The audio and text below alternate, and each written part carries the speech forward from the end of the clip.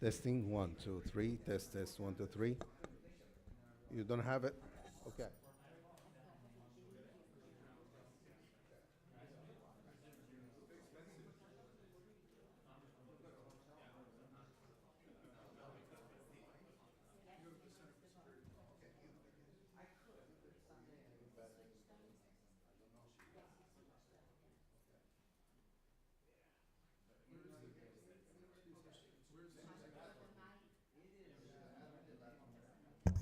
Testing, one, two, three. Test, test, one, two, three.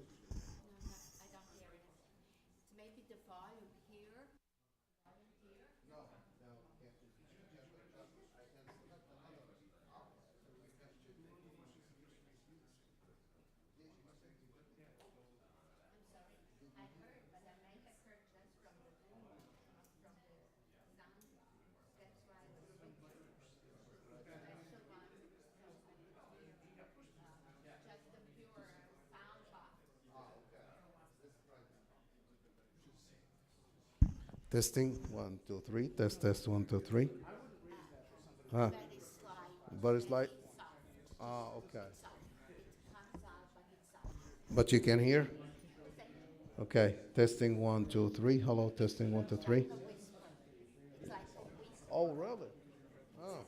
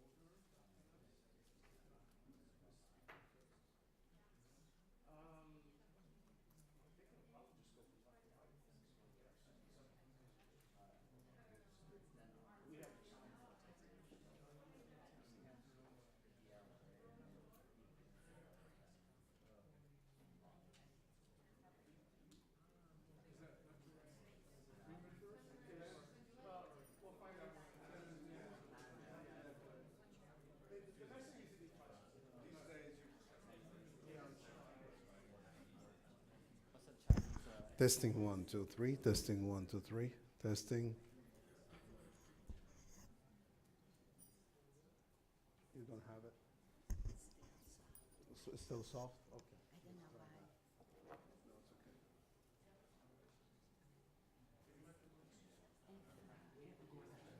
No, it's okay. No, I'll get you this one. Let's see. I'll get this one.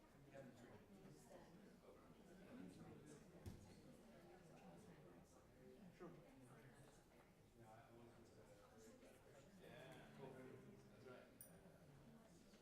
Now, you are not Vlad. Your name is Haysam. Asa? Haysam. Isa. Yeah.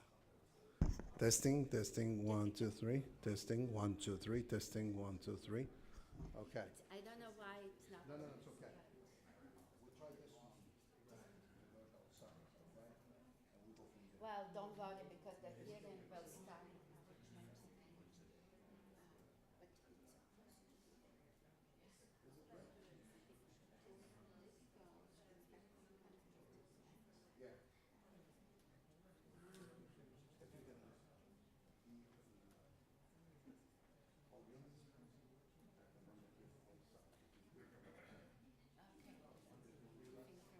Yeah. But why is it? It's the same question. What we have here was the outside. I think there's something wrong. You said it's on. It's not because it's a I know. I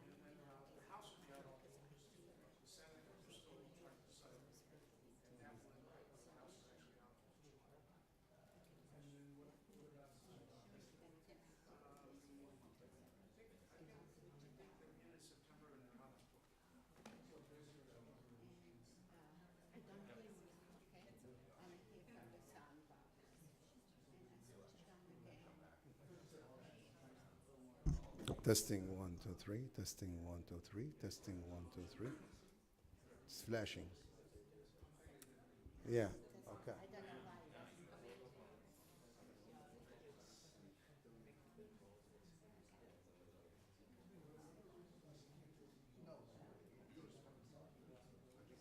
Technically, you're not allowed to accept or solicit. I know. Yeah.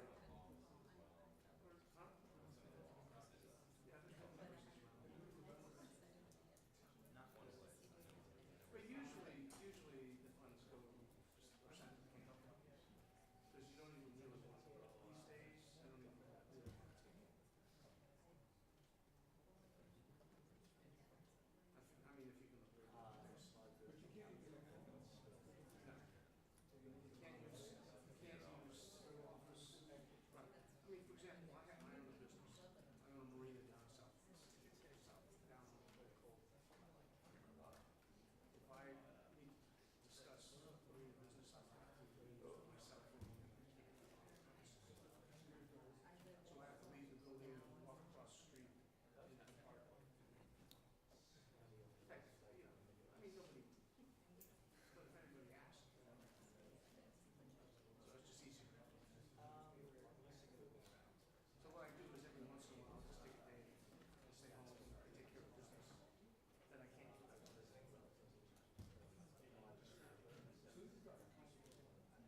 Well, it has, but there's plenty of people who don't really like close attention to details.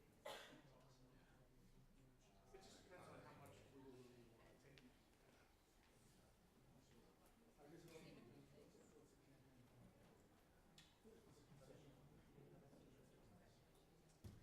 Yeah, well.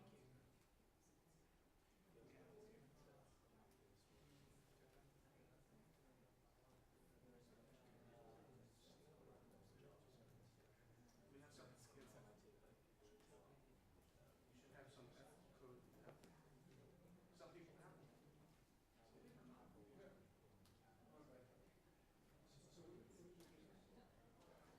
It's called Little Snug Harbor Marina. It's a sailing marina. And I have like 30 boat slips. And I have a couple of boats. And there's a house. I'm not sure about the wall. If the wall's gonna pass it. Testing, testing, 1, 2, 3, testing, 1, 2. So the one. Something must be. Because I own water and electricity. And then I've got a guy who do repair work. You can get a 20-foot boat with the mast up into the repair ship. On trip. No, I lease them tours. I own a marina. I actually want my boss to come here because this is on our topic. Exactly. This is like We have an Asia subcommittee too, but it's right next to us. oh, okay, so you could jump back and forth maybe? Didn't Sean?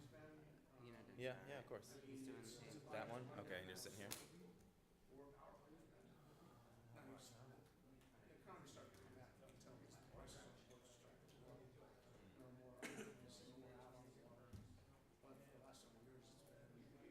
I come out of Jackson Creek into the bay, and in the middle of the summer, it's sitting on 2 boats.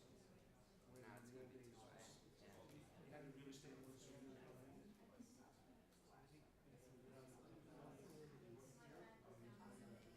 Spiritually, I'm always there. I mean, once you say we're always like, no, I would, this is something I've been doing for 30 years. I'm retired. I actually retired around 15. When the sequence came in. They won't be back for a few minutes. Yeah, in 2025 as we heard. Four.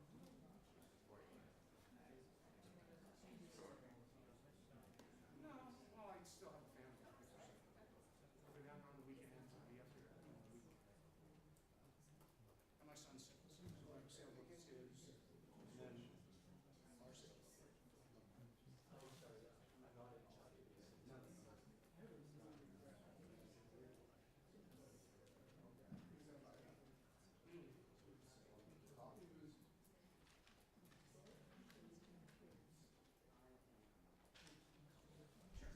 Testing, 1, 2, 3, testing, 1, 2, 3, testing, 1, 2, 3.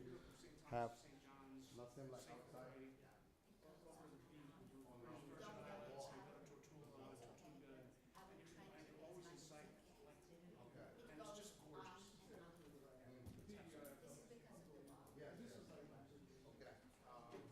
Well, the first time I was actually there, I was on the USS America.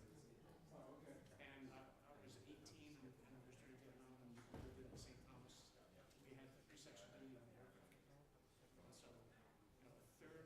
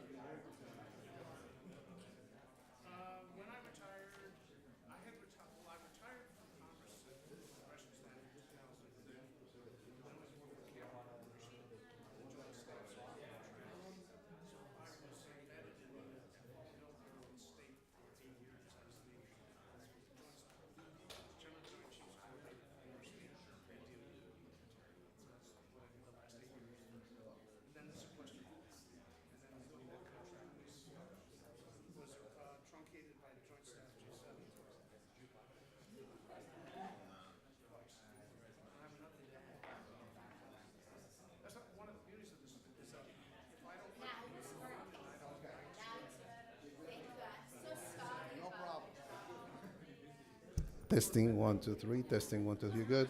Okay.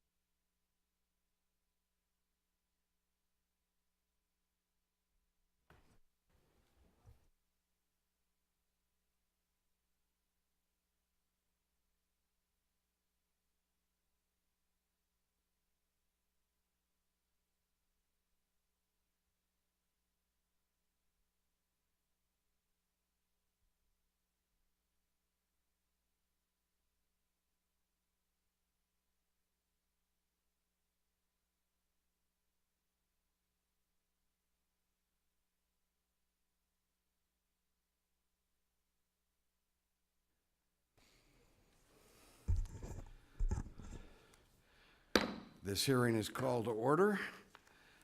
Are we all ready? I guess we are. Mr. Meeks, are you ready on this? Okay, thank you. In nearly 2 decades, it's been nearly 2 decades, since China entered the World Trade Organization in 2001. And since then, America has experienced a debilitating consequence of unfair trade. And that is unfair trade with the People's Republic of China. And it has been a relationship since that time that has sometimes been dubbed as an economic blood transfusion from west to east, a vast transfer of wealth that has financed the Chinese security state at home and a coercive military foreign policy abroad. Yet, America has not been the only target. China likewise seeks economic and political advantage over Europe, and that is the subject of today's hearing. According to an open source data, which is likely to underestimate such true figures, direct investment from China into Europe now stands at $95 billion a year, and China has bought or invested well over $300 billion in European assets in the last decade. That is a significant sum, but those figures do not do justice to the scale and breadth of influence that China has thus achieved. Chinese investment, much of it directed by the state-owned enterprises of China, reflects and serves the political goals of Beijing. China is a global strategy. It has a global strategy to control the extraction of raw resources, to control transportation corridors, to dominate the innovation and production cycles of others, and then to sell the products that it has abroad to enrich the corrupt elite that rule over China today. As has been much discussed elsewhere, the Belt and Road Initiative is part of this grand strategy, as are Chinese efforts to set up a stage event for letting them do Arctic shipping between Europe and Asia, as well as, of course, the creation of a parallel regional platform such as 16+1. For China, Europe represents a large market with few economic defenses like we have in the United States. So Europe is relatively vulnerable compared to our country to this type of economic challenge. For example, while the Committee on Foreign Investment in the United States, better known as Sisyphus, has blunted some of China's attempts to buy key companies in the United States, only 12 of the 28 European Union member states have a comparable mechanism to screen foreign investment, and also screen the efforts to create an EU-wide system has proven unsuccessful. So they don't have it now, and it doesn't look like it's in the works. I'm interested in hearing what our witnesses will say about that. Likewise, Chinese political influence operations have found opportunities in Europe. There are now over 440 Confucius Institutes and classrooms in Europe, often partnering with credentialed local educational institutes. These Confucius Institutes are ultimately, they are ultimately the spokesman for the Chinese Communist Party and the transition belts that inject Chinese propaganda directly into the education of European youth. Despite the differences between the United States and Europe, we broadly share a commitment to human rights and the rule of law. China is using economic leverage to weaken and divide the West. Economically, China seeks to prevent either American or European companies from competing against Chinese companies abroad, especially in the Indo-Pacific and also areas, and politically they have been involved in the transatlantic community, trying to speak about this threat has been thwarted by the Chinese themselves within Europe and within the United States. So we can't even now talk about, and I've noticed this in the film business, this isn't in my notes here, I've noticed in the film business, the Chinese have invested in the film business in the United States, and all of a sudden you see positive Chinese characters emerging in films that have nothing to do about China. Well, this type of influence that they've been using has prevented the type of criticism that China deserves about the destruction of Tibet, East Turkestan, the murder of Falun Gong prisoners, the plight of political dissidents, the elimination of the political opposition in Hong Kong, the suppression and infiltration of Christian churches in China, and of course, the issue of the sovereignty of Taiwan. These issues have not been able to be discussed, or at least the discussion of these issues are undermined by Beijing's efforts economically as well as politically. So Beijing seeks to use its influence to create scenarios where the Western governments and private companies are preemptively obedient and kowtow to the interests of China because they have laid the groundwork intellectually for undermining these charges against them. In this contest for influence and dominance, the United States and Europe, we have no choice but to work together. I say to my European colleagues that protection is not protectionism. So we must all agree that not all investment is equal. Financing from Brussels or New York is fundamentally different than money that is offered by China. And perhaps the terms could be cheaper in what the Chinese offer, or the credit could be a freer flowing. But I can promise anyone who takes part of this, you will be paying more in the end by taking such deals. With that, I would like to yield to my ranking member, Mr. Meeks, for his opening statement, and then I will ask our witnesses to proceed with 5-minute statements, and then we will have a dialogue. So with that said, Mr. Meeks. Good afternoon, everyone, and thank you for being here. Thank you, Chairman Rohrabacher, for calling our attention to an ongoing concern of ours that affects both sides of the Atlantic: Chinese direct investment and the associated strategic implications.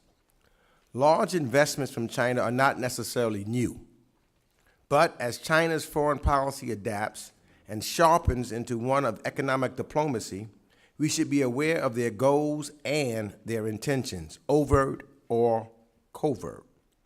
Moreover, it is important to understand where the money's going and to determine just how strategic these sectors are. This is especially significant given the monolithic nature of the Chinese government and the fact that the majority of the foreign direct investment in the EU from China are led by state-owned enterprises. Europe, including countries beyond the EU, is an enormous market and our largest trading partner. The targets of Chinese investment in this market has evolved over the last decade or so. Although Central Europe is becoming a more attractive and welcoming place for Chinese investments, notably in the 16+1 framework, the vast majority is going to Western Europe. Incidentally, it is the Western European countries that push forward a European approach to the strategic nature of these investments. These type of investments are also important to examine. From infrastructure, technology, to lax residency programs, the interest is clear. As a senior member of the House Financial Services Committee, I am specifically interested in how we screen investments into the United States. And here on the Subcommittee of Europe, I am searching for ways to cooperate with our European allies to keep our financial bodies robust, healthy, and free of nefarious influence.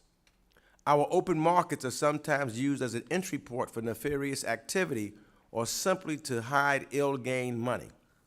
As a first step, I would like to see a degree of more transparency in ownership rules so that at minimum, we could know more about who is investing in what It is this sense. This hearing can be all about state-directed financing into our systems, including those directed by the Kremlin, for example. And why should we care about these types of investments? First off, the investments are not purely commercial. There are strings attached.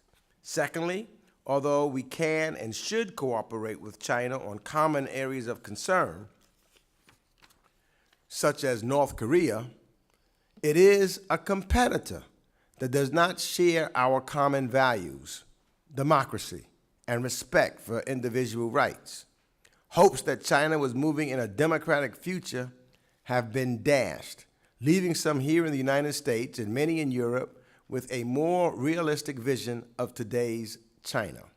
Thirdly, China has not been reciprocal in market access, and there's an element of fairness that should be addressed in international fora, not solely on Twitter.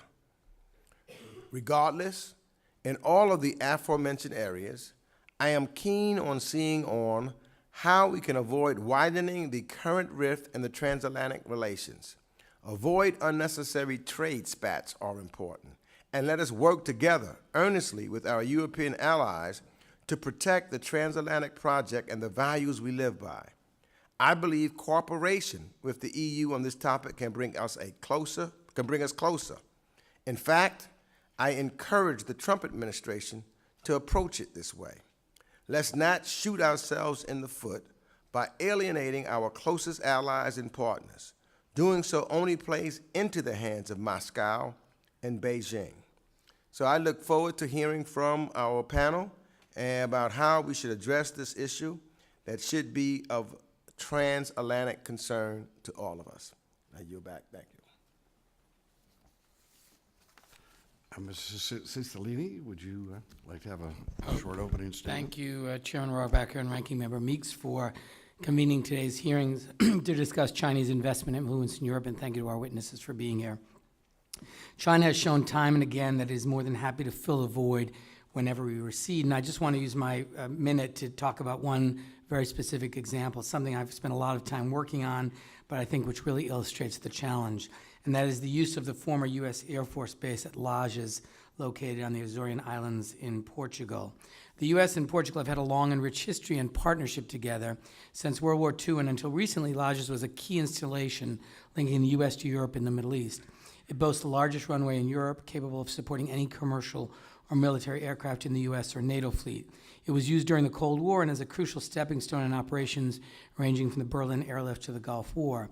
However, in 2016, the Department of Defense decided to decommission Lajes, a decision I strongly opposed for a lot of reasons, but not the least of which was it became clear that by vacating that space, we've opened up a strategic position to outside influences. In the past year, China has shown interest in investing in Lajes, and the Azores may be left in a position where they have to welcome them in order for this area to survive. This would lead to a previously unthinkable circumstance, the government of China with a perch in the North Atlantic between the United States and Europe. This is just one example of Chinese interest in Europe, which I believe the U.S. needs to take very seriously. And I look forward to the hearing from our witnesses today, and thank you again, Mr. Chairman, for convening this hearing. Thank you very much for your opening statement. I remember when I first found out that the Chinese had bought these terminals on both ends of the Panama Canal, how concerned I was, and what you've raised should be also of equal concern to us. Thank you very much for that opening statement, and now we will go to our witnesses. And again, I'd like, if we could have 5 minutes worth of testimony, then a discussion. That's what this hearing is all about. And our first witness is Philippe Lecour. Lecour, is that I pronounced correctly? Lecour. Lecour. All right. And he is a senior fellow with the Carnegie Endowment for International Peace and senior fellow at Harvard's Kennedy School of Government. He has worked in several positions, senior positions, in the French Ministry of Defense and has been focused on Asia in that responsibility. His latest book is China's Offensive in Europe, published in 2016. You may proceed. Thank you, Mr. Chairman. Chairman Rohrabacher, Ranking Member Meeks, distinguished member of this committee. It's an honor for me to testify, and Following hearing on this subject by other committees in this very House, I'm delighted that your subcommittee has decided to address this important topic. I have been working on Chinese investment in Europe for several years, and I've brought actually my book, the one you mentioned, Chairman. It has indeed become quite a topic over the past few years. And it's not just a topic for Europeans. It is also relevant, as you mentioned, to the United States, which count many European nations as its friends and partners. Last month's state visit by President Macron in this Congress was a clear evidence of this friendship. The current national security strategy of the United States stresses, quote, China's strategic foothold in Europe, where it is expanding its unfair trade practices and investing in key industries, sensitive technologies, and infrastructure, unquote. It also calls for dialogue with European allies, quote, to contest China's unfair trade and economic practices and restrict its acquisition of sensitive technologies, unquote. What I will try to do in the next few minutes is to describe some of the current trends of China's overseas foreign direct investments in the European Union and beyond. First, Chinese projects are on the rise. From $840 million invested in 2008, they grew to $42 billion in 2017. According to a recent compilation by Bloomberg, total Chinese investments in Europe, including both mergers and acquisitions and greenfield investments, amount to $318 billion. Second, these investments cover many sectors: consumer brands, services, industry, high technologies, and infrastructure. Third, they're spread out across the continent. The United Kingdom comes first, as China is trying to build in the City of London its first international RMB platform. Germany, which is the EU's largest and best performing economy, comes next, followed by Italy, France, Finland, Portugal, Greece, and Poland. Depending on the size of the economy and the type of targets, you will find a nuclear plant under construction in England, a robotics company partly financed by China in Germany, or an automobile brand in Sweden. In the vast majority of cases, Chinese investments have been initiated and operated by state-owned companies. There are indeed some private investors, about 1/3, but in most cases, they have received funding from state banks or Chinese sovereign funds. In particular, I would like to point out the cases of Portugal and Greece, two relatively small economies which have thrown open the gates to Chinese investors. In the Portuguese case, the 2008 financial crisis led the government to privatize a number of utilities, including Energias de Portugal, the largest electricity operator. A Chinese company, CDG, China Three Gorges, is now offering to take over the entire EDP. One can easily imagine the national security risk if this EU and NATO country was to sell its national grid to a foreign power. In the Greek case, again, the financial crisis in Europe has led the government to privatize the Piraeus harbor. A Chinese state-owned company, COSCO, now runs 67% of the harbor. China is using Piraeus as its main hub in the Mediterranean region, with a clear goal of expanding its exports to Europe through the maritime routes. One question that experts have been wondering about is whether Chinese FDI should all be considered part of the so-called Silk Road investments. As often in the case of China, the response is opportunistic. Those that are part of the Belt and Road Initiative and controlled by the state can be integrated in that scheme, but others, because they don't fit the plan or because their home countries have not signed into the BRI, are not. Launched in 2013, the BRI is a network of infrastructure projects, including railways, roads, ports, airports, telecommunication links, oil and gas pipelines, and energy facilities. Today, the BRI is the centerpiece of China's foreign and domestic policies. But it is not solely aimed at Europe. It is now a broad concept and even a global geo-economic strategy. The fact that Chinese entities partially or wholly own at least 4 airports and 6 seaports is no coincidence. Even if some of these deals were signed before BRI, they are now part of the plan, which includes developing massively e-commerce across Europe, which require huge logistical capacities. China has so far failed to get a substantial number of European countries interested in the BRI. Polls show a lack of knowledge about the initiative in most European countries. The leaders of Germany, France, the UK all skipped the Belt and Road Forum in Beijing in May 2017, as did the President of the European Commission. Instead, the letter sent one of his vice presidents, who said that any scheme connecting Europe and Asia should adhere to a number of principles, including market rules and international procurement standards, and should complement existing networks and policies. It is fair to say that the BRI presents opportunities for Europe, but it is primarily a Chinese project that will help China expand its influence in the Eurasian region and beyond. Europe and China have similar aims in their respective territories, preserving jobs, fueling economic growth, and maintaining social stability. However, they have a different way of pursuing these goals and may achieve them better by staying somewhat apart. Which is why, Mr. Chairman, I have been advocating in my writing that Europe speak to like-minded nations and territories to analyze and assess the rise of Chinese investments and of the Silk Road projects, keeping in mind the need for transparency, reciprocity, and respect of a rule-based international order.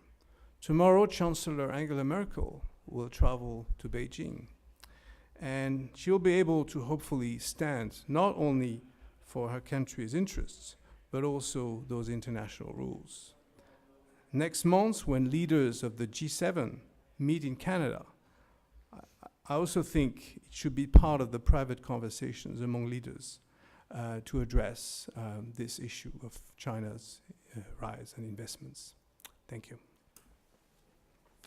Thank you very much. And now let me see about, we have next with us, Gordon Chang is an author who has spent years living and working in China and in Hong Kong.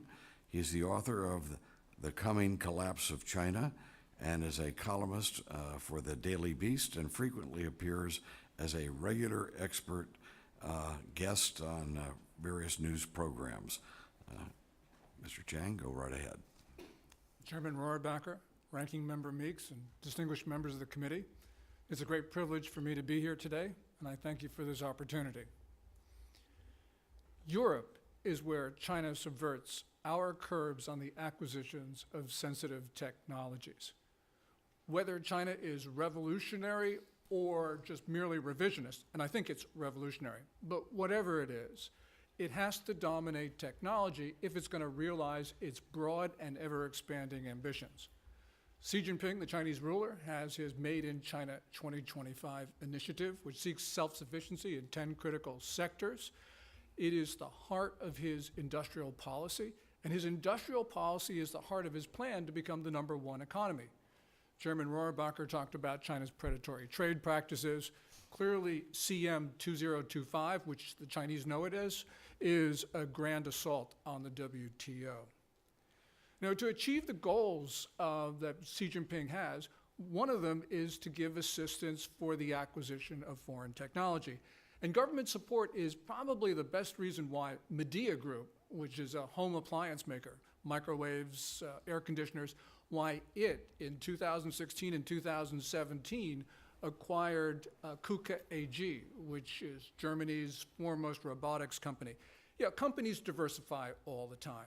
But in this particular case, where you see a company stray so far from its geographical area, so far from its core business, that government direction is the best answer for why this occurred. Beijing's preferred target, of course, is American technology, And here we've seen China very shrewdly invest in startups, also scoop up distressed American tech companies. And Ranking Member Meeks talked about the changing mix of China's investments into Europe. Well, you can see the changing mix in the United States as well with technology. China's technology investments seem to have followed in the last half decade two things. First of all, the Made in China 2025 initiative, plus also China's two 5-year plans, the 12th and the 13th. Now, Chinese tech acquisitions in the US have gotten harder. There's been more clamps on this. Ranking Member Meeks asked, well, what can we do? And part of this is, we have to see what the US does, and hopefully these lessons rub off on the Europeans as well. So for instance, in that KUKA acquisition, we did not stop it, as the United States might have been able to do because of our approval process. But we did stop in December 2016, one of the last acts of the Obama administration, was the acquisition of a subsidiary of Axtron, the German chip equipment maker. And that, I think, was a very important turn, because we see the Trump administration following that example with two disapprovals of Chinese acquisitions. Interesting, we see Shenzhen-based Huawei Technologies. It is the world's largest maker of telecom equipment. Because of its connections with the People's Liberation Army and with Chinese security services, it has largely been shut out of the American market, and that's a great thing. But the one thing that Huawei has done is, after being shut out of the US, it has moved into Europe and now derives something like 35% of its revenues from the continent. We have seen other Chinese companies also adopt this shun the US, embrace Europe concept. The Chinese are acquiring a lot. We heard from Mr. LaCour some statistics from Bloomberg. What's fascinating is that in this 10-year period that Bloomberg refers to, the $318 billion worth of acquisitions in Europe, the Chinese have spent 45% more in Europe than they have in the United States, as they acquired 360 companies. At this moment, as Chairman Rohrabacher mentions, there is no general screening process in the European Union. Only, as you mentioned, 12 out of 28 EU countries have a screening process of their own. The important thing here, I think, is that we're seeing France and Germany, which is the core of the economic union, is actually starting to think about screening. We heard President Macron talk about Protective Europe a couple of months ago. And so this is going to be important. The other thing that we can do is set that example. And here I think that we need to show the Europeans that we have the political will to stop Chinese investment, because then I think they will. And that will be the example that you talk about, Chairman Meeks. I didn't plan to speak about lodges, but it's something very close to my heart. Just before I run out of time, I want to mention that if the Chinese were to get the air base in lodges, they would be able to be closer to Washington and New York than Pearl Harbor is to Los Angeles and San Francisco. That is something we cannot permit. Thank you. Thank you very much. And now we have Mr. Kevin Freeman. He is an expert on global capital markets and is the CEO of Cross Consulting and Services, an investment advisory firm. He is also the author of several books, including Economic Warfare, Risks and Responses, Analysis of the 21st Century Risks in Light of the Recent Market Collapse, and many other things that you've written. So we welcome your testimony today. You may proceed. Thank you, Mr. Chairman. Thank you, Ranking Member Meeks. My background, and thank you for the subcommittee. My background, as you mentioned, Mr. Chairman, is international investing. I went to work for the great John Templeton in 1990. Sir John Templeton truly pioneered global investing. He was a brilliant man. And I remember well being with him when the wall was coming down in Berlin. And we looked at that, and I said, so where do you think the best place to invest would be? Should we invest in Russia? And he said, no, we should invest in China. And the reason that he said that was, he said the Chinese will remember how markets operate, and they will be able to effectively operate in markets. The Russians, on the other hand, were so far from a market economy that it would be a long learning process before they'd be successful. Now, I thought that was interesting because at the time, in 1990, the Soviet Union economy was number 3 in the world, second to the United States, and the Chinese economy wasn't ranked in the top 10. Now we are here just 3 decades later, less than 3 decades later, and China's economy is, by some measures, the largest in the world, if you follow purchasing power parity, and it is clearly at least second to ours. So I understand global investments from the financial markets perspective and what Sir John Templeton taught me, but I also have studied economic warfare, and in 2008 I was hired by the SOLIC group in the Pentagon, Special Operations Low Intensity Conflict, to study irregular warfare and the role that economic warfare may have played in the 2008 financial collapse. I believe it's necessary that we both have an understanding of global investing and economic warfare if you want to understand why and how of Chinese investing. I want you to clearly understand that unlike Sir John Templeton, whose primary purpose in making an investment was the return to the investor, Chinese investments are not made with economic purposes. Certainly that they're a consideration, but they're not the primary consideration. This is true for not only China, but all sovereign wealth funds. There is a national interest whenever a sovereign wealth fund invests, but it's particularly true for the Chinese. It's also true for any Chinese individual investors who are scrutinized by the government for their investments, as well as any companies in China, which are in many cases, largely controlled by the People's Liberation Army or the state. President Xi has announced himself president for life, essentially, and he's been jailing rivals. And what we see as a marketplace, our enemies view as a battle space, and I believe that's particularly true with the Chinese.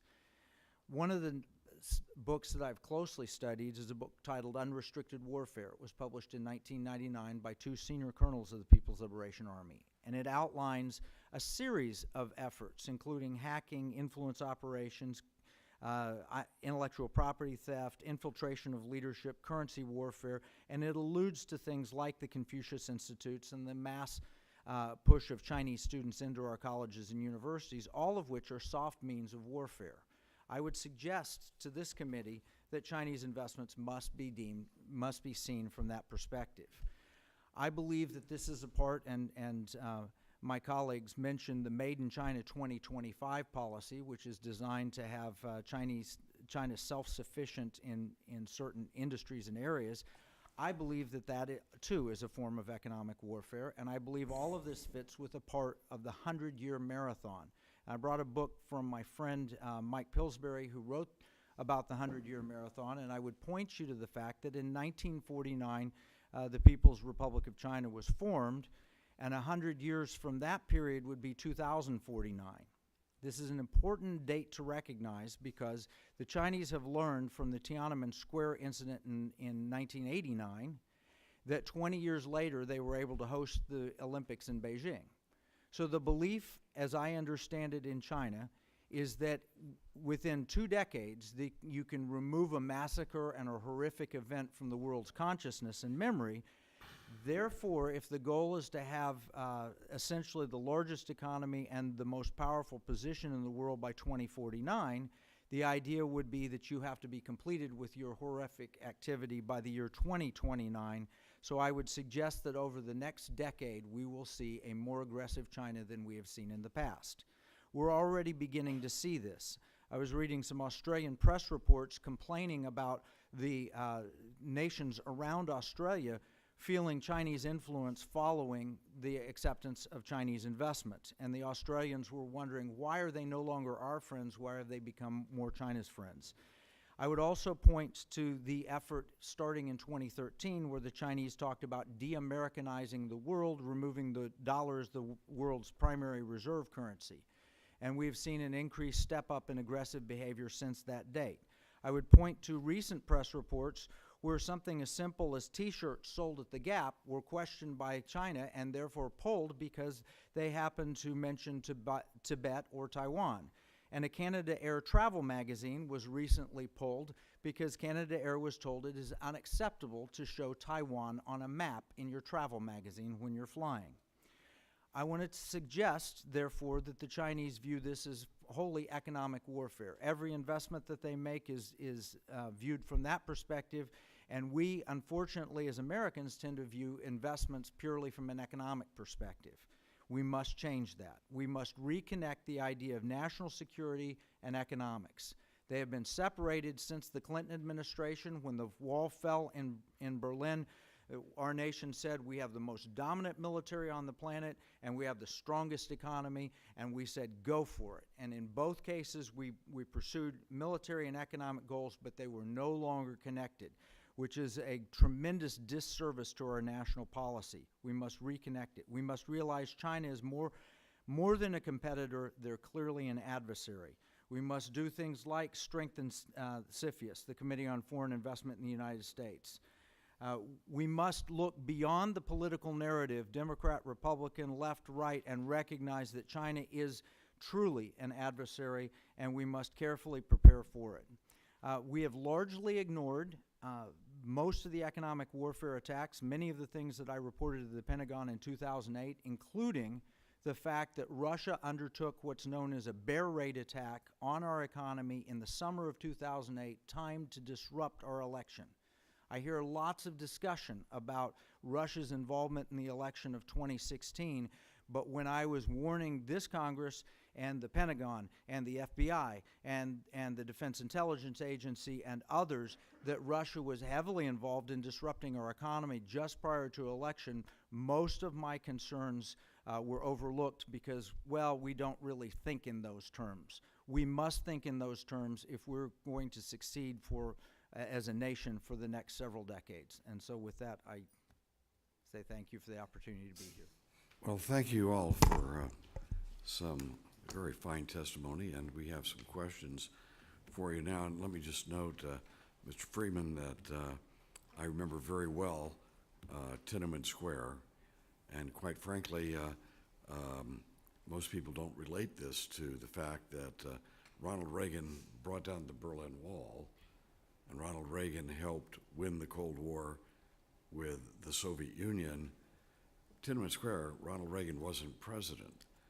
And I have always assumed that had he been president, that the democracy movement in China would not have been annihilated in front of us without any type of response at the same level as the magnitude of what they'd just done. And they just derailed everything that we had always thought, well, China will get better economically and then become more democratic. But what happened, of course, it became more economically viable, and then the powers that be slaughtered those people who would want democracy. And by the way, somebody said, well, what would Ronald Reagan have done? Would he have sent in the troops? Let me just note, I believe Ronald Reagan, when he heard, now we knew that those troops were massing to come and attack the people at Tiananmen Square. We knew that. We had the intelligence. Everybody knew that we knew it. Ronald Reagan would have gotten on the phone the day before and said to whoever was the head of the government at the state at the time, said, you're going to have to back away from sending your troops in and slaughtering the pro-democratic movement in Tiananmen Square. We see you're massing your troops. Don't send them in, or no more credit, no more investment, no more American open door to economic interaction between our countries, no more transfer of technology. You make your choice, but there'll be a big penalty to pay. Reagan would have done that, and you know what? There wouldn't have been that slaughter at Tiananmen Square. Herbert Walker Bush was president, and I know the call that we all know about what he said in his call. Nothing. He didn't make the call. He knew that was about to happen. He knew there was about a slaughter about to happen, a reversal of the democratic process in China, but decided not to act. That, I believe, was one of the most damaging actions or inaction that I have ever seen taking place in my lifetime, because it's left us right where we're at, where we have a monstrous now regime in Beijing. And let us know when you're talking about the person who is trying to decide whether to invest in China or Russia, that there have been In Russia, at least, there were opposition parties were forming. You actually had people who are starting independent press operations and discussions, and there was a opposition, and not anywhere near what was acceptable, but there was a lot of political reform compared to under the communist era. In China, there has been no political reform, zero. There are no opposition parties in China, and there is no opposition, and if somebody says anything bad about the government, they're hunted down and put in jail.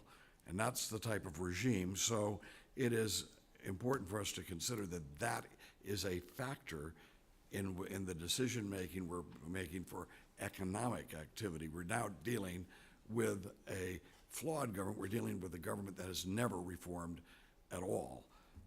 With that said, there's a couple of points that were made here that I'd like to just bring up, that and the idea that every investment by China is the equivalent of a sovereign investment fund from other countries where the government is actually sending over investment. The companies, when Chinese companies come in and buy, so I have this for the panel, when a Chinese company comes in to buy something in the West, is that Chinese company, is there a chance that the Chinese company actually is owned by the Chinese military? And is there any other example of where the government, where a military is coming in to another country and buying economic assets? I'll just leave that with go right down the line on that. Well, I mean, of course, as you know, Mr. Chairman, in the 90s, some of the PLA companies started to go civilian and started to get involved in other things, not just military, but also infrastructure, hospitality, food business, anything. So, yeah, I mean, there are PLA-related companies investing worldwide. They are not even hiding it. But I would say the big picture is that most Chinese investments in Europe in particular are made by state-owned companies, whether they are security related or not, and they are directly tied to the Communist Party of China. And those private companies... I guess a state-owned company, the difference between a state-owned company and the People's Liberation Army-owned companies is that the guy over here doesn't have a uniform on. Right. Yes, you're quite right. On the other hand, it's the People's Liberation Army, which belongs to the party, so the party is really at the very top. And the state-owned companies are more or less government entities, and it's a party state. So, it's pretty much all tied up. Mr. Chang? The important thing is that you do have these state enterprises. They act at the direction of the state, and more important, at the direction of the party. What is really interesting is Huawei Technologies, which is nominally private. This was started by a colonel in the People's Liberation Army who had recently been mustered out. It has become, within like 2.5 decades, as I mentioned, the world's largest equipment provider, telecom equipment provider. How this occurred by a private company started from scratch is beyond me, unless we can explain that the People's Liberation Army in this particular case, and perhaps some elements of the Ministry of State Security, were behind Huawei. And certainly we know that China's diplomats have been very aggressive in helping Huawei get contracts in various countries. This sort of leads us to a conclusion that sometimes it doesn't really matter whether a company is state-owned or whether it's nominally private, because the state and the party have objectives, and they will try to accomplish those objectives through these commercial enterprises. They often, as Mr. LaCour talked about, will do it through state enterprises because they do have more control. But nonetheless, even if a company is private, as Huawei is, it is still very much an instrumentality of the state. And if I could just take 2 seconds to mention your initial point, China has, people say is China's authoritarian these days. It started out, obviously, totalitarian in the 1950s with Mao Zedong. People have talked about sort of the reform. It's now become a mild authoritarianism. Under Xi Jinping, the current ruler, we are basically going back to totalitarianism because the technology investments by the Chinese state permitted to do things which Mao never could do. So, for instance, the one example that has popped up in the last couple of months is this assigning of a credit score to every individual. And it's not just credit score as what we have in this country. It is looking at social credit. In other words, people's political opinions, your jaywalking record, all of this is a constantly updated score which gives the government the ability to control people. And we saw that about a month ago when a dissident was not permitted to go on a plane because his social credit score was too low. And we are seeing, of course, just the power of the state magnified through technology. So we can say that this is basically now a totalitarian state, or one that will be there very quickly. Well, luckily they had some American companies that could come over and let them computerize their systems so they'd be more efficient. And sold them equipment. Well, I would just add on to what Mr. Chang shared. When you couple the social credit score with the facial recognition technology software that's been developed, the Chinese government has the ability to pinpoint an individual in a crowd of 100,000 in a matter of seconds. And then you couple that, they know exactly who that person is and they can identify them. It does lend itself to a totalitarian state.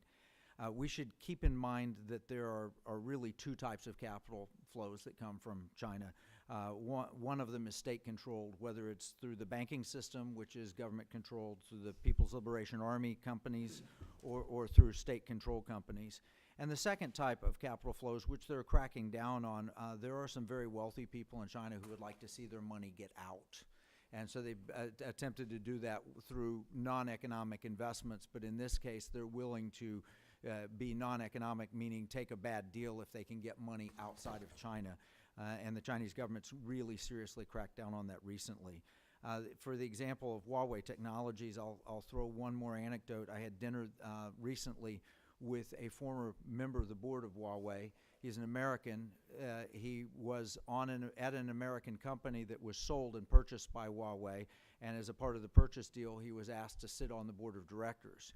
He said it was surreal to attend board meetings because he would go to the board meeting, he would have someone as translator tell him things that were clearly not what the meeting was discussing. And they fed him nicely and they took good care of him and they told him absolutely nothing. And there were always two observers from the government watching every activity that took place at the board meeting.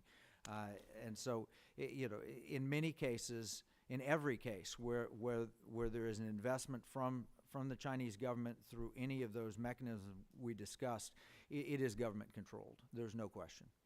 Mr. Meeks. Thank you for your testimony. And I want to go back now to some of what I guess the title of the hearing, the EU and China trade and investment relations. Talk about Europe a little bit, talk about, even given some of the lines of questions that we've had, some that I had down here. Let me just deal with that first. For example, in listening to the testimony you had about China, I think many of the same things can be said about Russia. With Mr. Putin also looked like he's going to be there forever. Same thing like China. Looks like authoritarianism has been there in regards to Russia in the direction that we're moving in. And to a degree, I was wondering whether the Kremlin and Beijing, do they align in where they're looking to move, particularly in Europe? And if not, where do they differ? And do you know what their views are on the EU, both the Chinese and the Russians? Mr. LaCorey? Thank you, Congressman. I do believe that Russia and China are very different countries, even though I agree with you there is this authoritarian common denominator, perhaps. One big difference, of course, is that Russia doesn't have money and that China does. In Europe, and particularly in the weaker parts of Europe, if you think about Southern Europe or Eastern Europe, and even the countries outside of Europe, as Mr. Chairman mentioned, in the Balkans in particular, there is a real need for cash and for help and technology. I mean, the sort of basic technology that a bridge or a railway or sometime an airport would Infrastructure. need, and infrastructures. And the Chinese are very good at this. Now, Russia has basically been infiltrating some of the local politics of these countries, as we know, just like it happened, in this part of the world. But it's happening in many Eastern European countries and even in Greece, for example. Now, China is a completely different story. They are not really infiltrating the domestic politics. They are buying some kind of influence by investing, by trading, and by putting together some projects in many of these countries. If you take, again, the case I was referring to of Portugal and Greece, in Portugal, they are basically investing in the oil business, in the electricity business. They have a share in the aircraft carrier, TAP. They have bought the largest insurance company. They have a group of private hospitals. They have invested in the media. So indeed, and now there's this project that Congressman Cicilline mentioned, which is a possibility of investing in the Azores. And President Xi Jinping actually himself visited the Azores and might visit again. So, talking about a EU and a NATO country, this is a real concern. And in the case of Greece, we are talking about a hub in the Mediterranean Sea, with, of course, it's part of the New Silk Road, and China wants to use this harbor as the hub for Chinese goods and link up Greece with Eastern and Central Europe, bring more Chinese companies and putting together new terminals. So obviously that's going to impact the Greek economy very strongly. Want to say anything, Mr. Chang, or Mr. Freeman, on this?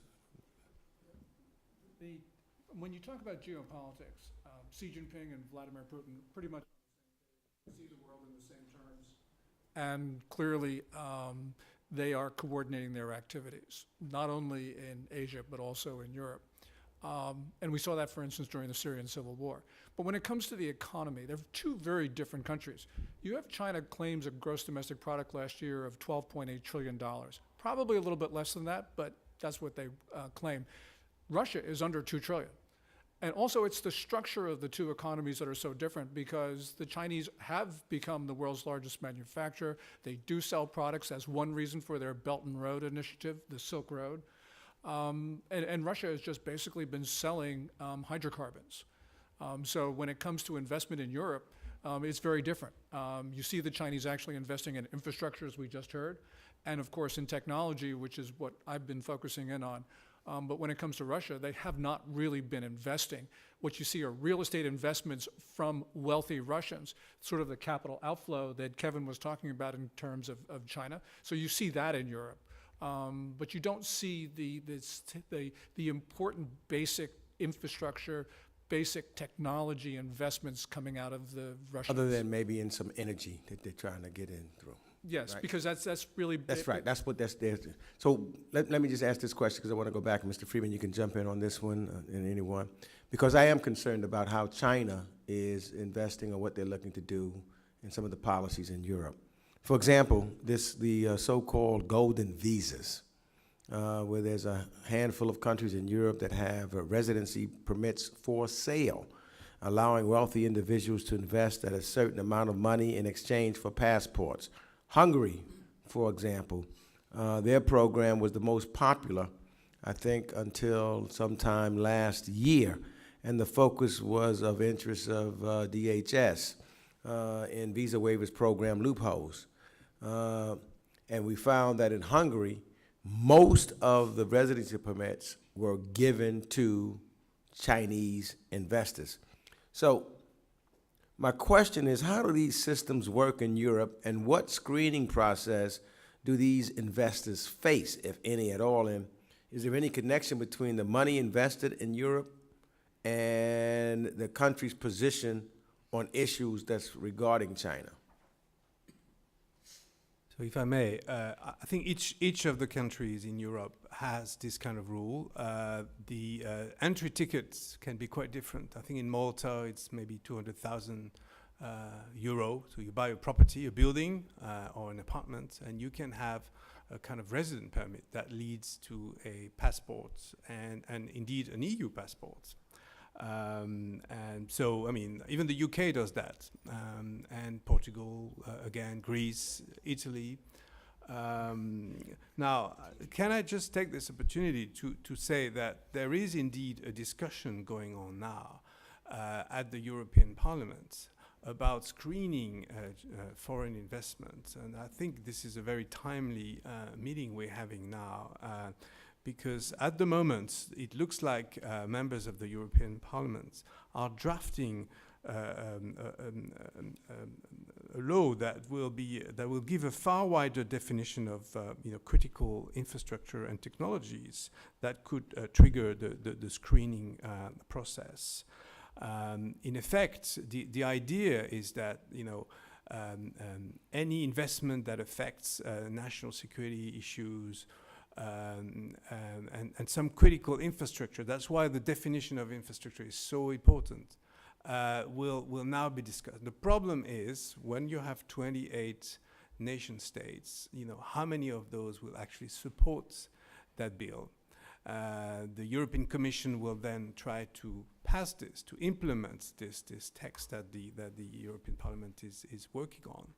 But many countries, because they have golden visa rules, because they have Chinese investment, it's mainly Chinese, will basically raise their hand and say, well, we don't want to take part in this. We don't want to offend Chinese investors. So that is the situation now. My own feeling is that we will probably end up with a non-binding mechanism that will at least create opportunities for debate, which is somewhat lacking in many of these countries which we've referred to. Mr. Freeman or Mr. Chang, you want to say anything on that? Yeah, there's another issue here, which is in addition to the screening rules that are under consideration at the EU, there's also talk of a bilateral investment treaty between the EU and China. And of course, when we're talking about curbs on acquisition of technology, that will be one of the more important things that is under consideration. Now, in the United States, we also have the discussions of a bilateral investment treaty, which at this particular time have gone nowhere. And I think that that's a good thing, largely because of some political considerations and also because the Chinese just don't honor their obligations, as the chairman talked about. So I think that if we would have a bilateral investment treaty, it would really be, we'd honor it and the Chinese wouldn't. And I think that's probably the same thing with regard to Europe, because the whole issue will be enforcement. But there is that issue out there, and that does affect us, because as I mentioned, Europe is the big hole through which a lot of Western technology goes to China, which they can't get in the United States. So when the Europeans talk about an investment treaty, we have a direct and vital interest in that. Congressman Meeks, I'd like to first address the Russia-China question, and then I'll, in the year 2008, I mentioned Russia literally attacked our financial system. They sold off every holding they had in Fannie Mae and Freddie Mac. They did it time before the election to influence the election. They asked the Chinese to join them in 2008, and the Chinese chose not to. They were not prepared for it. In the year 2013, it became official Chinese policy to de-Americanize the world. Vladimir Putin is in alignment with this policy. It is a policy to create, under the auspices of the BRICS nation, Brazil, Russia, India, China, and South Africa, to create an alternative to the Western system. And they've created alternatives to our SWIFT trading system, to our development banks, to the World Bank, to the International Monetary Fund. They're preparing for a time in which China is the primary economic superpower of the world, and they've been addressing that.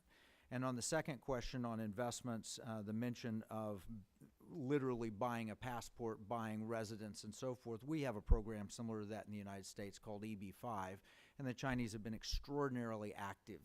And I have a friend who is an EB-5 attorney, and he says, I question all of the people coming from China. I don't know if they're representing the state or representing themselves. And I point to an example. that just recently happened. The Justice Department got sentencing on a Chinese national individual who came to the United States, attended LSU, got a PhD at LSU, and went to work as a model employee in a specialized rice company where they made special rice seeds that on those rice seeds you could do certain type of experiments for biotechnology and so forth. Very valuable rice seeds. There was a visiting delegation from China that came to tour the plant and to visit with him, and on their way out of the country, customs tore open their suitcases and found that they'd stolen millions of dollars worth of these rice seeds. That was an investment of human capital that the Chinese made decades ago by sending a student here that went all the way through, got the PhD, and worked for quite some time for this rice company. And the Chinese, they have two things. They have a very long-term view in their investment process and what they want to achieve. And the second is it's always geostrategic. It is not an investment in order to get traditional returns on investment. Let me just say, and then I'm going to yield. That's one of the reasons why I was a huge supporter of TPP, because it sets some rules that we can still set, with allies, et cetera, that says these would be the trade rules in which we would continue to operate with. And I think that it would have put some additional pressure on Russia, but unfortunately, we pulled out of TPP. And I just had to ask one other thing, based upon what I think Mr. Chang said. My curiosity was raised because I think you mentioned China specifically, what they were doing in the EU. What is anything different or how does countries outside of the EU, for example, Turkey or Switzerland, how do they deal with the Chinese and the Chinese investments? So, I mean, the Swiss have been told by the Chinese that they are the final destination of the Belt and Road Initiative, but so have many other countries. So they have, I guess they're fairly relaxed about Chinese investments. As you know, the largest ever Chinese foreign investment that's taking place in Switzerland. They bought a huge agribusiness company called Syngenta. And the deal was finalized just last year, $46 billion US. So Switzerland, a tiny state, neutral state in the middle of Europe, is actually also attracting investment. I guess everybody is, after new investments, but of course Switzerland with its very special political system. Hasn't got a real mechanism, and not being a member of the EU might actually, being a weakness in that particular case, as I was referring earlier to the mechanism that is now being discussed. And Mr. Chang looks like he really wanted to make a point. No, you really. Maybe 1 minute, and that is, for every large European acquisition, there is almost always a U.S. subsidiary, which gives the U.S. the right under our legislation to review it. We allowed and cleared the KUKA acquisition, but we didn't clear Axtron. And going forward, this is one area where I think the United States can actually use some leverage, because in the case of Axtron, it was December 2016 that the administration refused to permit that. It was in October of that year, Germany withdrew its approval for the Axtron acquisition, but only because the Obama administration pushed it to withdraw the refusal, the permission.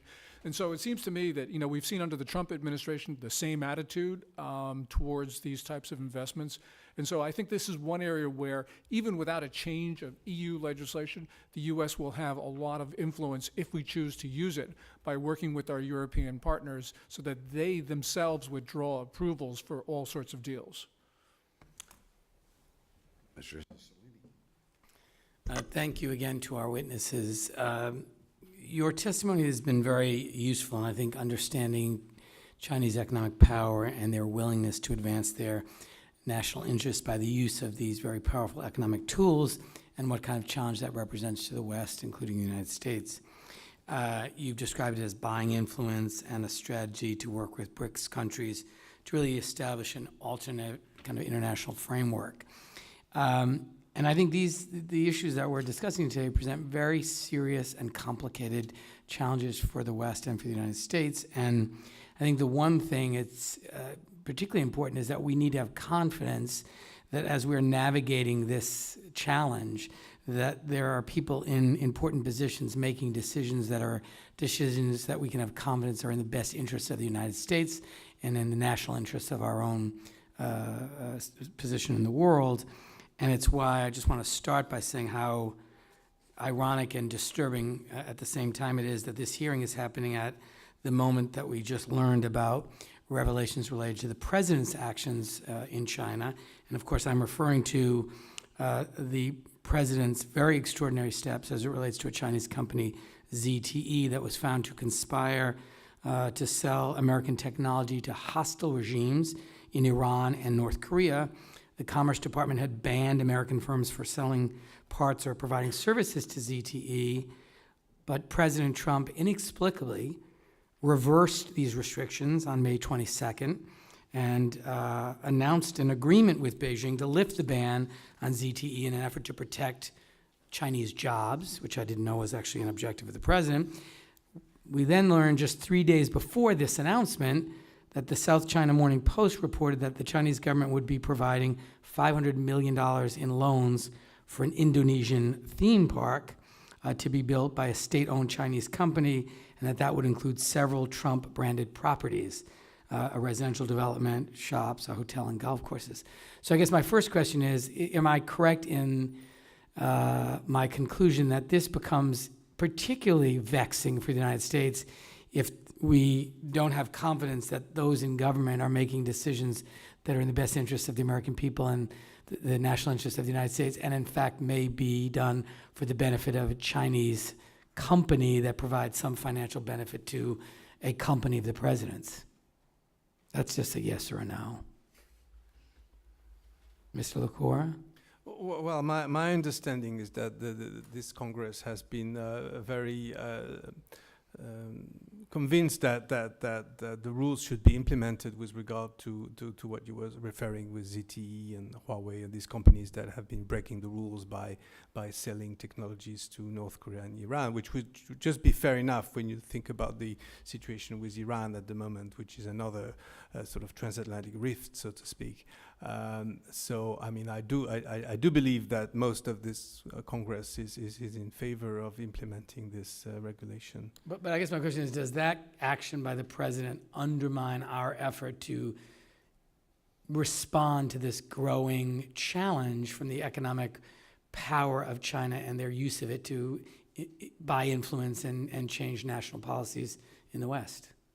Yeah, I mean, I certainly would agree with the fact that Chinese influence around the world has been a lot about money and about throwing money at projects, and because it controls a lot of cash, really. I mean, the state, the party, they are at the helm of a system that is really allowing them to send this state-owned company to build a project, and that can happen pretty quickly.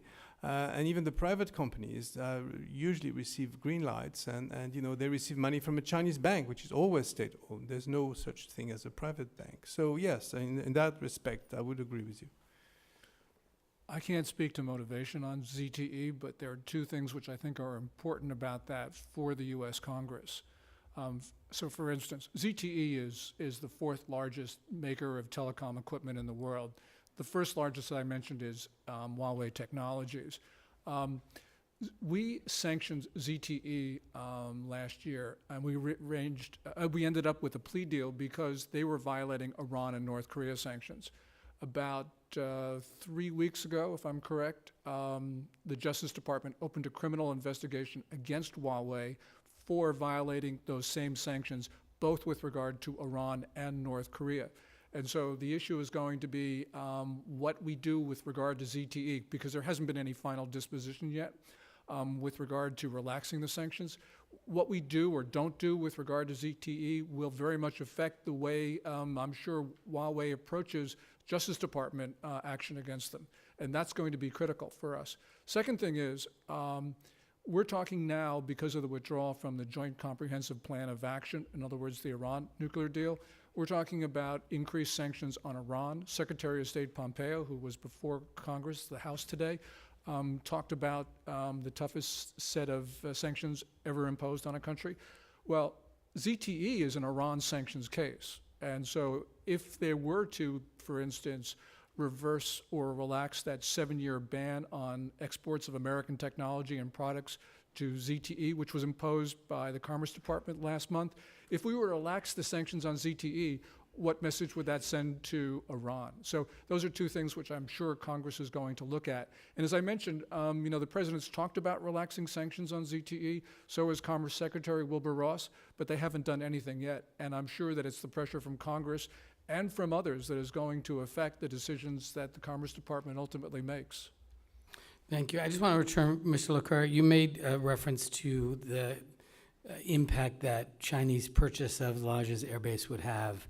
I wonder if you just speak a little bit about what you think the impact of this, the increased Chinese presence in the Azores means for U.S.-Portuguese relations, and also, are there other examples where you think the Chinese investments have been successful in impacting the national policy of the countries they're investing in, particularly in the area of human rights or rule of law? Right. Congressman, what I'm worried about mainly is the lack of debate in Portugal about the issue of Chinese investment. This is a country with a GDP that's less than 2% of the EU's GDP, that is now opening the doors to more Chinese investments on the premises that in 2008 there was a financial crisis, and that the Troika, which is made of the European Commission, the European Central Bank, and the IMF, was not there, and sort of recommended that the Portuguese government privatize some of its public assets, which they did, and the deal was 5.5 billion euro. We are now reaching 9 billion euro of privatization, so that's sort of slightly more than that was agreed, and I'm fairly concerned about what was announced last week, that China Three Gorges, this state-owned electricity company, was bidding for the entire EDP, Electricidade de Portugal, which is the largest national grid company of that country. That would have huge consequences. That would have consequences not just for Portugal itself, but for the European Union and possibly for NATO. As far as US-Portugal relationships are concerned, I'm not really an expert. My impression is that the areas you mentioned at the moment are not open to Chinese investment, and that the Chinese proposals are about putting together a kind of scientific maritime center, which has nothing to do with the military, and that NATO has no plan to withdraw from their particular premises. With regard to the island of Terceira, where Airbase number 4, or Lajes, is located, I'd be worried about Chinese investment into the port area, because that would be a natural extension of the Belt and Road, and that would give them extraordinary influence on that island, which is going through very difficult times. This is something, though, that the U.S. Congress can do, because this is a U.S. Air Force question. The reason why the Chinese are even thinking about getting into Terceira and to Lajes is because the U.S. Air Force is taking that down to what they call a ghost base. If that base is kept open, then the Chinese don't really have an opening into that island and into the air base. So this is a question of, I think, U.S. Air Force relations with Congress and what Congress can do to demand that the Air Force not permit the Chinese to take over that air base. 10,800 feet of runway.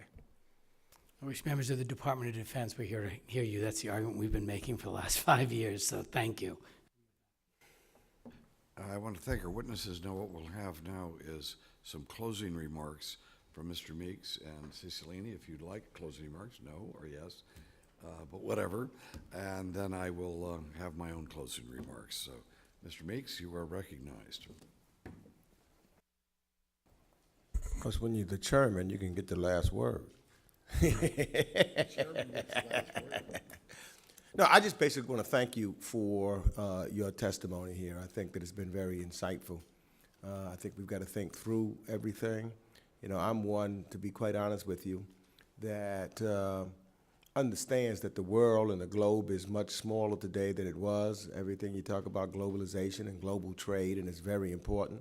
I think that we've got to make sure that we have rules, and to the degree that those rules bring us together. So therefore, it's important, I think, initially to work with our European allies, particularly because we do have the same values and we come from the same bases. And so that's why I think that the emphasis should be to try to work with them as closely as we possibly can, and see if we can come up. I believe in a rules-based system. I believe that, that it's important to have the WTO and enforce those rules. If someone does something that's outside of those rules, then we need to make sure that we enforce them and chastise whoever's out, and the penalty may be that we don't do as much trade with them. But I do think that whether it's, I would be hypocritical if I didn't say that when I first came into Congress, I was focused and I thought that we did need to do a permanent and normal trade relations with China. That doesn't mean that it shouldn't be something that's, open-ended, in that where if they do something wrong that we don't come back against them. Because, I think that helps when we trade. It helps us, and it helps to have a more peaceful world. Likewise, I was an individual who thought that we needed to end Jackson Vanik with Russia, and we needed to make sure that we had try to have a better relationship with Russia also, so that we can trade with them. But we just don't do it and ignore any of the bad things that they're doing. And we've got to be extra mindful, though, of what their motives may be, particularly with certain items that could infiltrate our national security. And so, though we need to make sure that we're trading, that does not mean we just put down our guards and say, let's trade. We've got to keep those guards up, because there are nefarious reasons at times that these countries will trade with us and or our allies, because they know sometimes they may not be able to penetrate us, but they try to penetrate, one of our allies, and it's the same result. That is ultimately why I believe that the only way that we can resolve this is with our allies in a unified manner, and then we can deal with that's why I asked the country about Russia and China being together.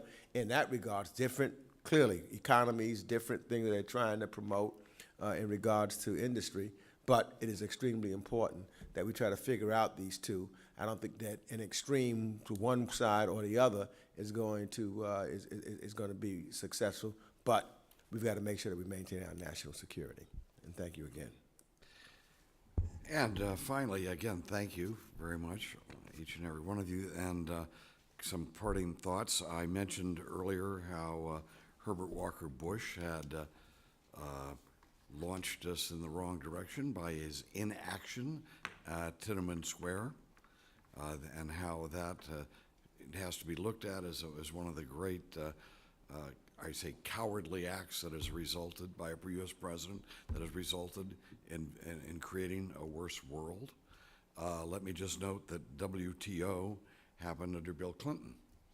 And Bill Clinton actually kind of snuck that through, because I remember several of us were demanding a human rights element to WTO, and in fact, we didn't get that. And in fact, what's happened now, we've had WTO, and that's one of the reasons why I personally, Mr. Meeks and I disagree on approaches to how to solve problems, and that's why he's a Democrat and I'm a Republican, and that's a good thing about our country, that we're good friends nevertheless.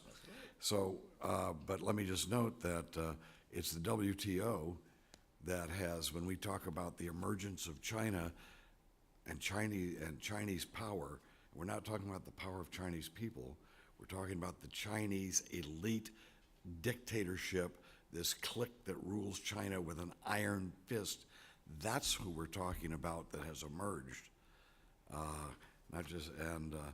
WTO is now under WTO. China, all these things that we've heard today have happened under that trade organization, and that's why some of us are very suspicious of going with multilateral trade agreements rather than bilateral trade agreements, where we can then go to China, as the president has done, and feel very forceful in trying to approach the issues as he sees fit.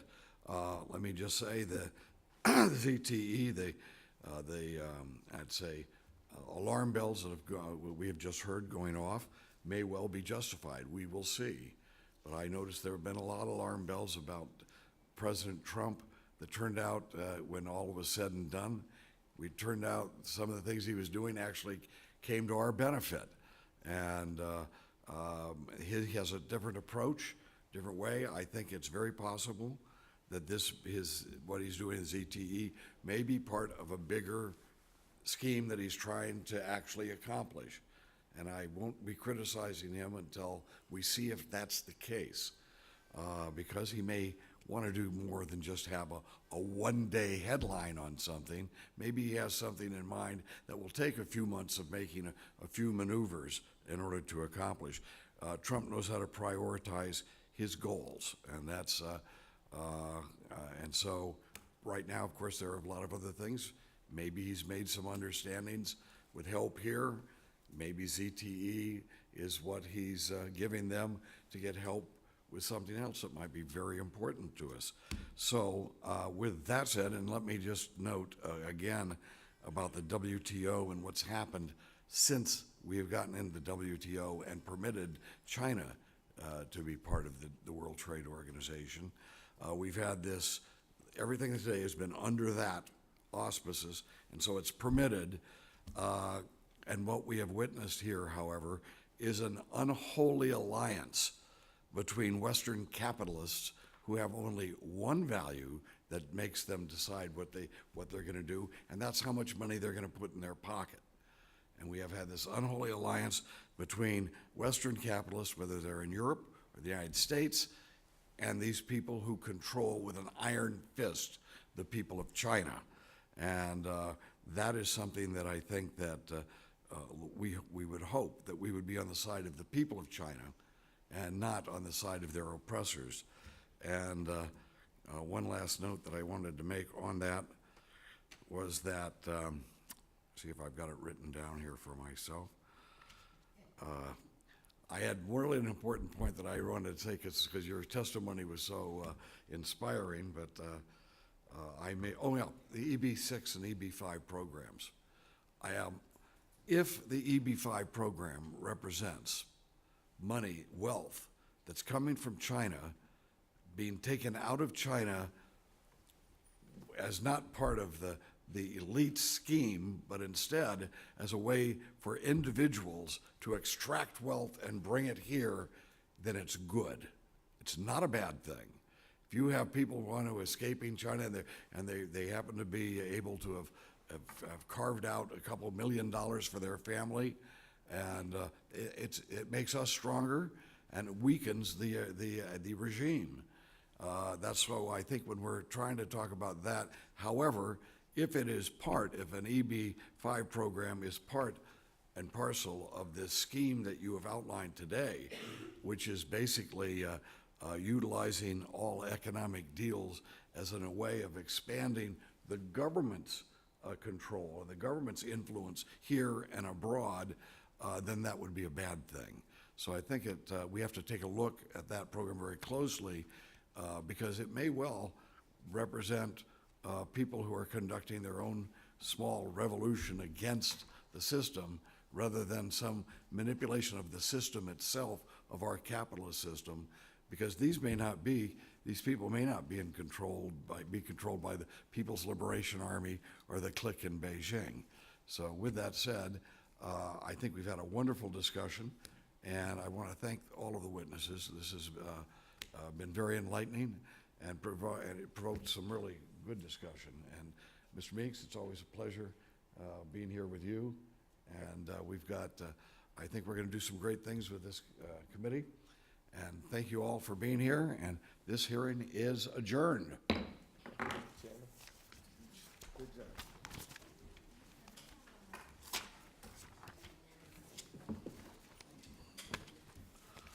So, we got it. I flubbed up a little bit in the reading to you.